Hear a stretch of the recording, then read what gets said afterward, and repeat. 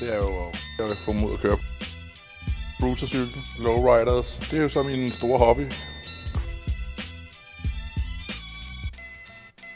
Jeg startede med at få en almindelig sådan Købe cruiser, og den kørte jeg med et stykke tid, indtil jeg fandt ud af, at piger begyndte at køre på den model, jeg også havde. Så var det ikke så smart mere, så måtte jeg finde på noget andet. Jeg tænkte, jeg bygger den om. Resultatet står så her af den, jeg havde startet med.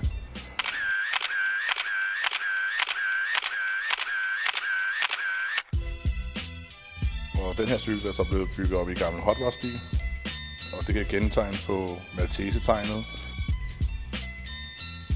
Den har fået noget pinstriping på i klassisk sort, hvid og rød.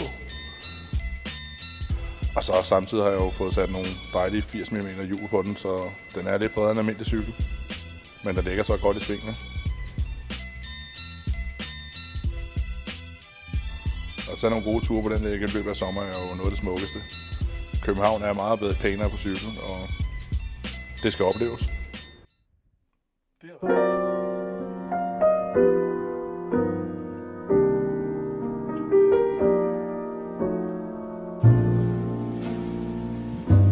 Mm-hmm.